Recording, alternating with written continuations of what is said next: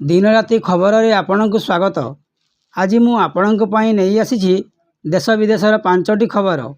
आपनकु अनुरोध वीडियोटी को संपूर्ण देखिए।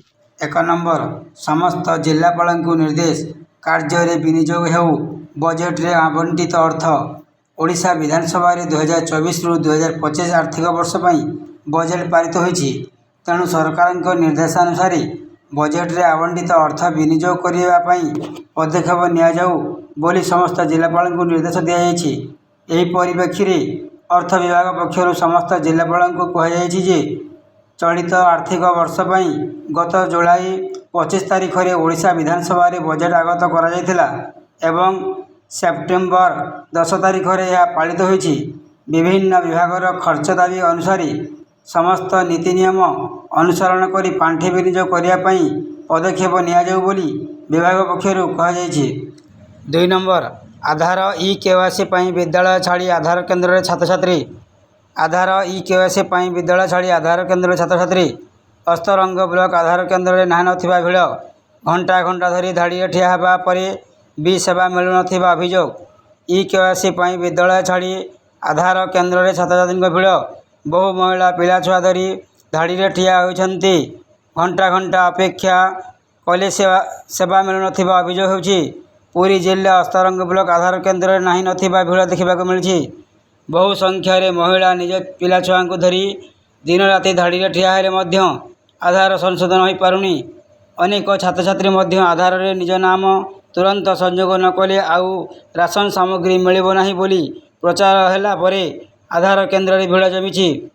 छात्र छात्री विद्यालय छाड़ी अस्तरंग ब्लॉक आधार केंद्र रे लाइन रे घंटा घंटा ठिया होई रहउछन्ती जहा फल रे निज पाठ पढ़ा ठीक हेउनी। ए नहीं अभिभावक महल असंतोष व्यापी। शेष में भिड़ को देखी आधार केंद्र को पुलिस जगिलाणी। अनेक समय झमेला होछि किंतु आधार केंद्र रे सर्भर ठीक काम कर नथिबारु अनेक हिताधिकारी निराश रे फेरी जाउछन्ती। 3 अवसर प्राप्त कर्मचारी पई बड़ घोषणा। अवसर प्राप्त कर्मचारी पई मोहन सरकार बड़ घोषणा करिसन्ती। सीसीआई आउटस्टैंडिंग थिले सेमानंकु पुनः नियुक्ति दिया जाय परिबो। एथिपाई एक गाइडलाइन जारी कराइछि। मुख्य सचिवंक अध्यक्षतारे ए नै एक कमिटी गठन कराइछि जेउथि परे अर्थ सचिव और साधारण प्रशासन विभाग सचिव सदस्य रहिसन्ति। जेउ मानकर सीसीआई आउटस्टैंडिंग थिबो सेमानंकु नियुक्ति मिलि पारिबो। मोट पदवीर 1% स्थान रे सेमानंकु एही नियुक्ति मिलिबो। एथिपाई धार्य मानदंड आधार रे कमिटी ही चयन करिबो। 65 वर्ष रु कम बयसर अधिकारी को पुनः नियुक्ति दिया जाय परिबो बोली सरकार पक्षरु कहा जायछि। 4 नंबर आसंता 18 रत्नभंडार जांच। एएसआई पक्षरु श्रीमंदिर प्रशासन को सूचना। आसंता 18 रत्नभंडार जांच। एएसआई पक्षरु आसंता 18 तारिख दिन श्रीमंदिर रक्त भंडार प्रारंभिक निरीक्षण अनुष्ठित हेबो। ए नहीं एएसआई पक्षरु श्रीमंदिर प्रशासन को सूचना दिएछि। राज्य सरकार अनुमोदन पर यही प्रारंभिक निरीक्षण एवं वैषयिक जांच अनुष्ठित हेबो। एएसआई रो अतिरिक्त महानिर्देशक नेतृत्व में निरीक्षण हेबो। एथिपाई श्रीमंदिर मुख्य प्रशासक डॉक्टर अरविंद पाढ़ी समस्त प्रस्तुतिर समीक्षा करने सह आवश्यक पदक्षेप ग्रहण करने को निर्देश देछन्ति।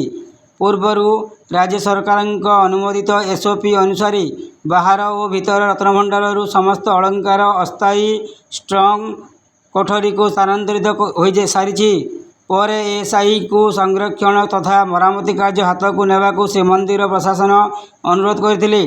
तेबे मरामती पूर्वरु अत्याधुनिक ज्ञानकौशल व्यवहार करी सर्वे कराजिबाकू अनुरोध कराइथिला। यह द्वारा जेपरी श्रीमंदिर उपर कौनसी प्रतिकूल प्रभाव न पड़िबा सेथिप्रति ध्यान देबाकू एएसआई को अनुरोध कराइथिला। पूर्णांग अत्याधुनिक तथा वैषयिक जांच पर एएसआई रक्तभंडार संरक्षण और मरामती कार्य शीघ्र सरिबाकू मुख्य प्रशासक अनुरोध करिसेंती। 5 नंबर 18 रु आरंभ होब युक्त 2 फॉर्म फिलअप। एही तारीख पर देबाकू पड़िबो फाइन। 18 रु युक्त 2 फॉर्म फिलअप। कला वाणिज्य विज्ञान परीक्षा पाई फॉर्म फिलअप करिवे छात्र छात्री। 18 तारिख रु अक्टोबर 1 जाए बिना जरिमाना देवारे फॉर्म पूरण करि पारिबे। अक्टोबर 4 रु 14 तारिख भितर ଫର୍ମ ଫିଲ୍ଅପ୍ କଲେ 200 ଟଙ୍କା ଫାଇନ୍ ପଡ଼ିବ। ନଭେମ୍ବର 11ରୁ 18 ଭିତରେ ଫର୍ମ ପୂରଣ ଲାଗିବ 600 ଟଙ୍କା ଜରିମାନା। ଏନେଇ ଉଚ୍ଚ ମାଧ୍ୟମିକ ଶିକ୍ଷା ପରିଷଦ ପକ୍ଷରୁ ସୂଚନା ଦିଆଯାଇଛି। ପରୀକ୍ଷା ପାଇଁ ଅନଲାଇନ୍ ଫର୍ମ ଫିଲ୍ଅପ୍ ପ୍ରକ୍ରିୟା ସେପ୍ଟେମ୍ବର 18ରୁ ଆରମ୍ଭ ହେବ ଓ ଅକ୍ଟୋବର 1 ପର୍ଯ୍ୟନ୍ତ କୌଣସି ଫାଇନ୍ ଦେବାକୁ ପଡ଼ିବ ନାହିଁ। ତେବେ ଅକ୍ଟୋବର 4 ତାରିଖରୁ 14 ତାରିଖ ମଧ୍ୟରେ ଯେଉଁ ଛାତ୍ରଛାତ୍ରୀ ଫର୍ମ ଫିଲ୍ଅପ୍ କରିବେ ତାଙ୍କୁ 200 ଟଙ୍କା ଫାଇନ୍ ଦେବାକୁ ପଡ଼ିବ। ସେହିପରି ନଭେମ୍ବର 11ରୁ 18 ତାରିଖ ମଧ୍ୟରେ ଫର୍ମ ଫିଲ୍ଅପ୍ କଲେ 600 ଟଙ୍କା ଫାଇନ୍ ପଡ଼ିବ।